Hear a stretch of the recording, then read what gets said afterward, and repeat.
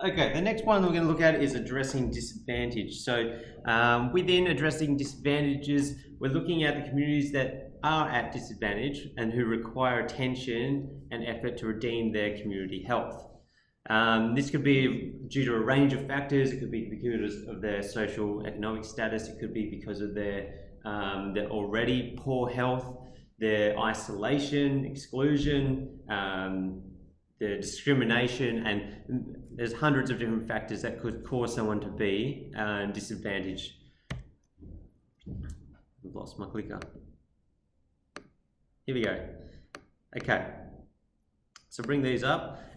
So the primary responsibility lies with the government in order to provide changes within community development to address these disadvantaged populations. Okay, so the government's really solely are responsible. You've got your local government who will deal with the smaller communities, so such as the City of Melbourne. Then you get your state government that is responsible for Western Australia, and then federal, which is overall everyone involved in Australian politics.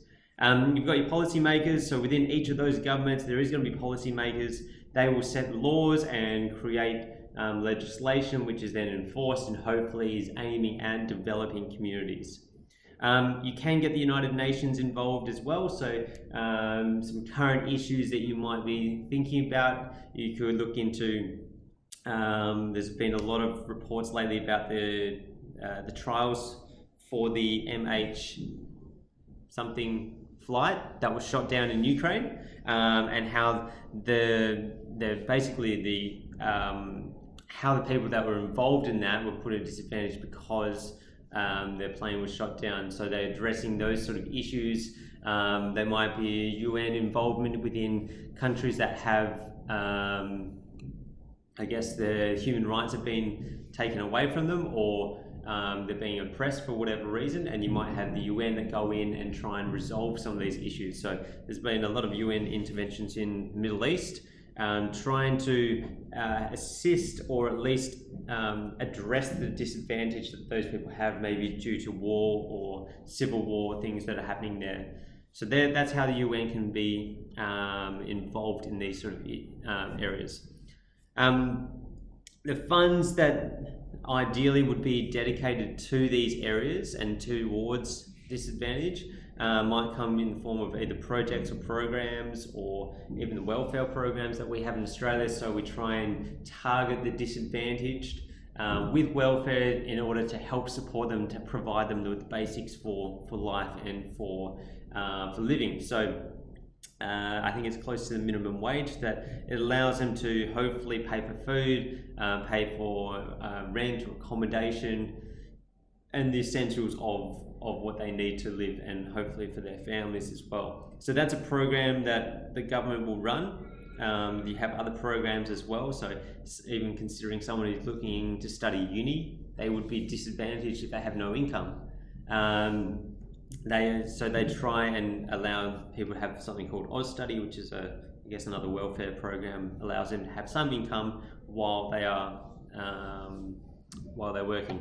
You might also see some programs or projects set up, not necessarily by the governments, but churches are really heavily involved in this. So you might have soup kitchens or places that offer free accommodation for those that are homeless, rehabilitation centres where people come in there.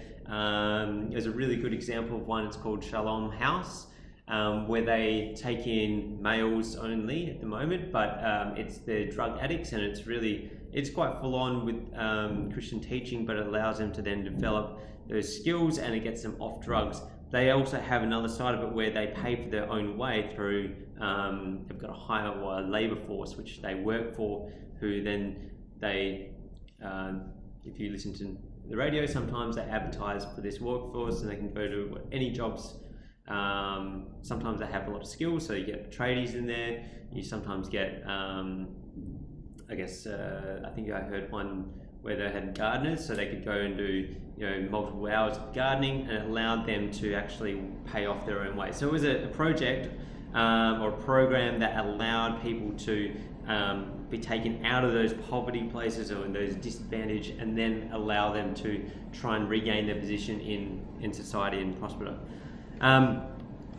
I provided a link to a link here, sorry, that goes to Indigenous community volunteers. I'm not going to go into it, so I would like you to have a look at it. But basically, it's how people are volunteering within Indigenous communities to bridge the gap or the disadvantage that they suffer. So initially, you will see straight away, because of remote isolation, that is already causing disadvantage. They don't have access to healthcare services, don't have access to the latest resources. Sometimes they don't have the availability of food and water.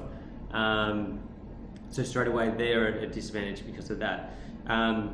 They may be left with inadequate accommodation, so there's programs or these volunteers go in there and try and assist with those sort of factors, but there's a range of other things which they address in those programs. So have a look at the link and investigate that. Once you've done that, then you can continue on with this video. Okay, so the last one here is valuing local knowledge. Is it the last one? Second last one.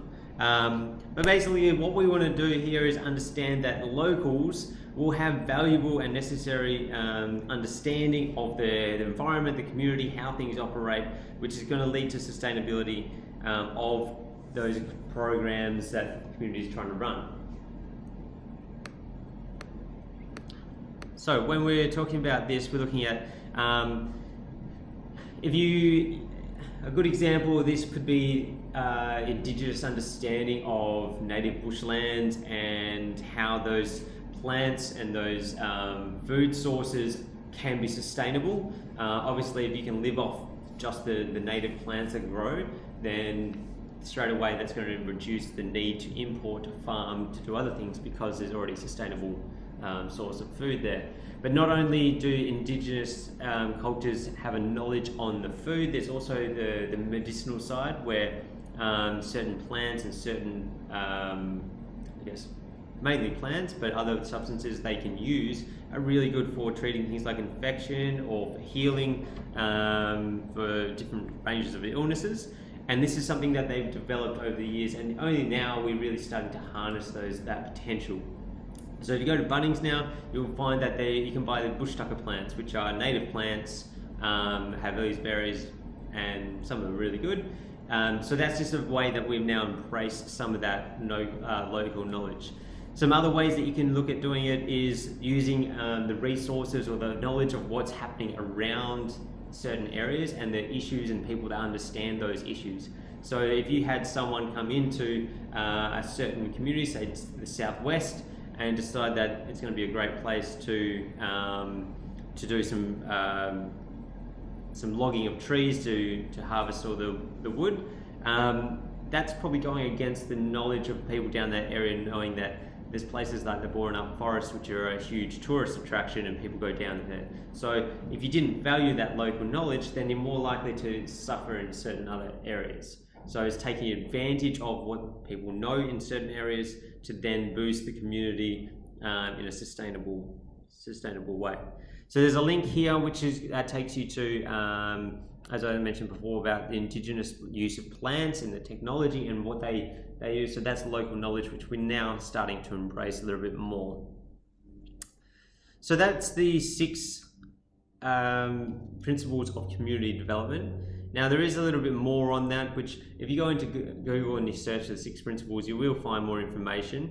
I've included a few revision questions here, which I'd like you guys to have a go at. So get a line piece of paper, and I want you to write a response and treat it as if it's like maybe an extended answer or a short answer response that you could potentially get in an exam. So you need to identify and define 4 of the 6 principles. If you're really ultra keen, you want to do 6, go for it. Each principle is worth 3 marks. And what I would like you to do is to try and work out where those 3 marks are going to come from, and then self-mark or pass it to someone else who can mark that tool for you. Okay, so you need to explain why each is important to the implementation of an effective community initiative. All right, it would also be worthwhile looking into some community development programs. What are local governments currently running? There's heaps of programs that they're really trying to develop and initiate. If you look into the City of Melville community development, I'm not exactly sure which programs they're running at the moment, but one of my close friends has just taken over the role there, who's now running that. So I'm going to try and speak to her and see if we can get some additional information out of her. Unfortunately, I'm away, so we can't get her in while we're covering this topic, but there's definitely potential to find out a little bit more about what local governments are doing for this this topic. Okay, and again, on your next slide, you've just got a link to the syllabus, so you can go through, right, what do I need to know? You need to know the definition and purpose of community development, but also the community development principles: sustainability, diversity, social justice, human rights, addressing disadvantage, valuing local culture, knowledge, skills, and resources. We probably didn't touch too much on the skills and resources area, more just on the knowledge. So think of other ways that you could value those locals, the skills, the resources that people would have down in different communities. Okay, and that takes us to the end of this, the first segment, first topic that we're going to be looking at. So you'll have to go into the next file to look into the next part.